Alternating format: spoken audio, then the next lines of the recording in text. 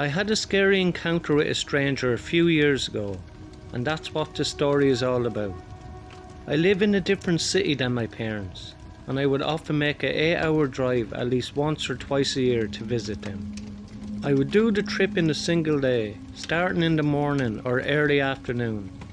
It was late October and I was halfway there, and the sun was starting to cast an orange glow on the landscape.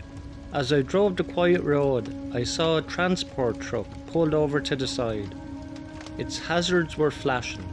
At first I wasn't sure if anyone was inside, but as I got closer I saw that the driver's door was slightly open. I pulled over thinking that maybe someone needed help. I stepped out of my car and walked over to the truck. There was no one inside, but I noticed that there was a wooded area next to the truck. I called out hello, is anybody there? But there was no response. As I turned to walk back to my car, I heard a noise behind me. I turned around and saw a man standing there. He was holding a gun and pointing it right at me. He was a big man, probably only 5'10", but muscular. The man didn't say anything, but he kept his gun trained on me. I slowly backed away with my hands up. I was too scared to speak, and I could barely think. I kept backing away until I was at my car. I didn't take the eyes off the man the whole time. I carefully opened my car door and got in. Once I was inside, I locked all the doors and started the engine. I watched the man lower his gun. As I started to drive, I looked in my rearview mirror to see the man standing by his truck, watching me. I pulled away from the side of the road and drove as fast as I could towards my family's town. My heart was racing as I tried to process what had happened. I'd never been in this situation like this before, and it was truly terrifying. I kept replaying the scene in my mind, trying to make sense of it. As I drove, the seriousness of the situation sunk in. The man could have easily shot me or taken my car, but he hadn't. Maybe he was just as scared as I was. I figured he must have thought I was trying to rob him. That's the only explanation that I can think.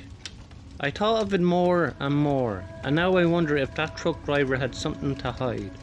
Maybe there was something in his truck that he didn't want me to see, or maybe he was doing something in the woods at the side of the road that he didn't want anyone else to find out about. These are the ideas I had for a long time after the actual incident, so I have no idea what is true. I just don't think he would have pointed the gun at me for nothing.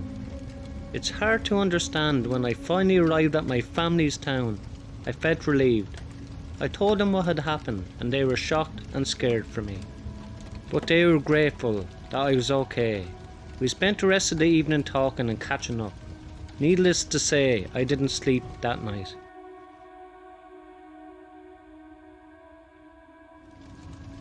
When I was 10 or 11 years old, my family took a trip down to Florida to visit my grandparents. They lived in a small town right on the Gulf of Mexico, where the weather was warm and the beaches were nice. I always looked forward to these trips because I lived in the north, where the weather was not great all year round. We would always go in March when my brother and I had a week off from school. We always left early in the morning, well before the sun even thought about rising. My dad would be in charge of driving, but my mom would take over once in a while, so that my dad could rest. The trip was long and we would always do it in one big stretch, where my dad would drive all night. We always made sure to stop every once in a while to stretch our legs or to grab a bite to eat. One of our stops was at McDonald's, which we thought would be a quick and easy meal. As we were standing in line, a man started yelling at my dad, accusing him of cutting the line. My dad tried to explain that he wasn't, but the man wouldn't listen. My mom tried to defuse the situation, but the man was too angry. I remember feeling scared and wanted to hide, but my dad stayed calm and didn't engage with the man's aggression. After we finished eating, we got back into the car and hit the road again. However, we soon realised that the man from McDonald's was following us. We ignored him for a while, hoping he would turn off into a different direction.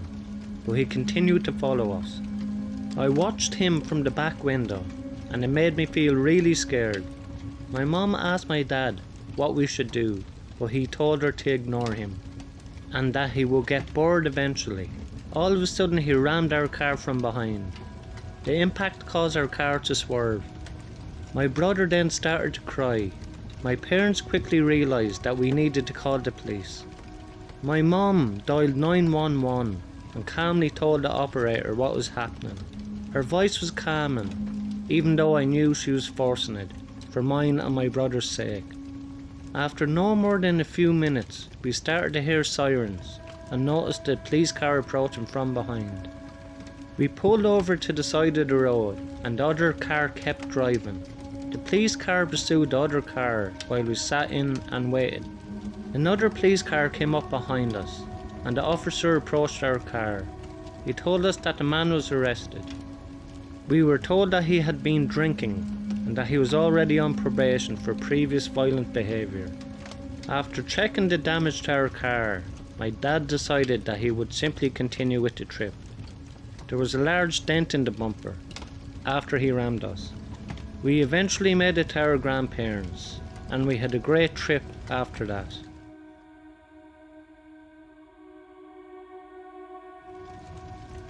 A few years ago, my wife and I booked a weekend at a nice looking bed and breakfast in a small town near where we lived.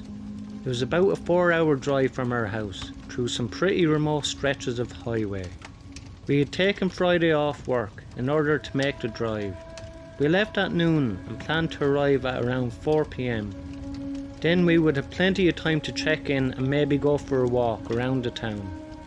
We had been driving for about an hour or two and the highway was almost deserted. It was a single lane each way at one point. I asked my wife to change the music on the stereo, and when she did, she noticed that we did not have any cell service.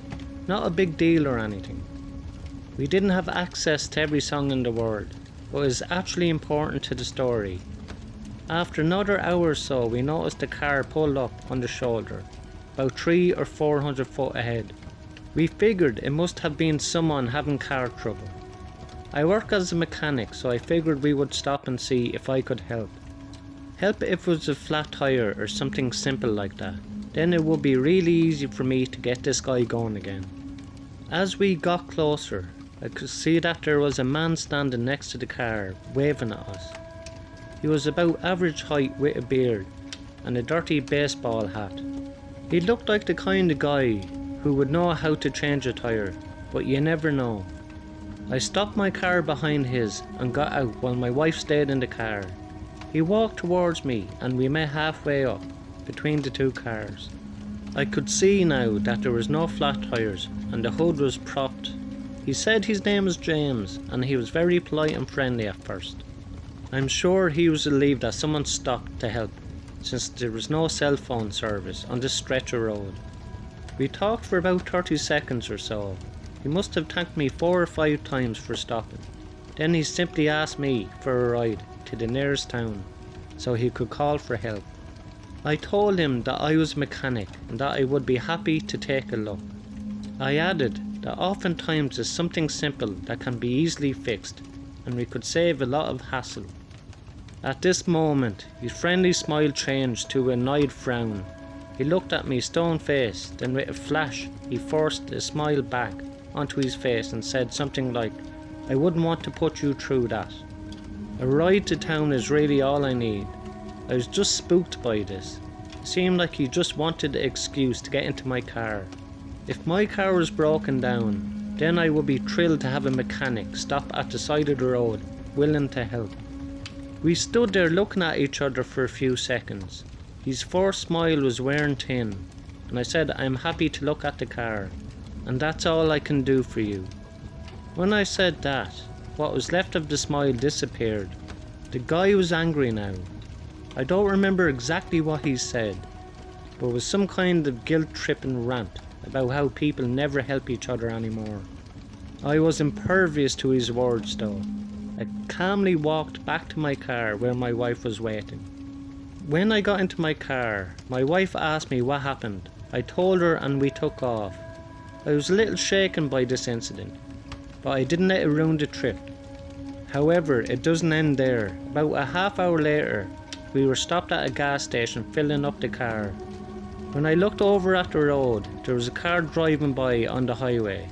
While I was filling up, I looked over at the car and I was shocked to see that it was James, the guy from before.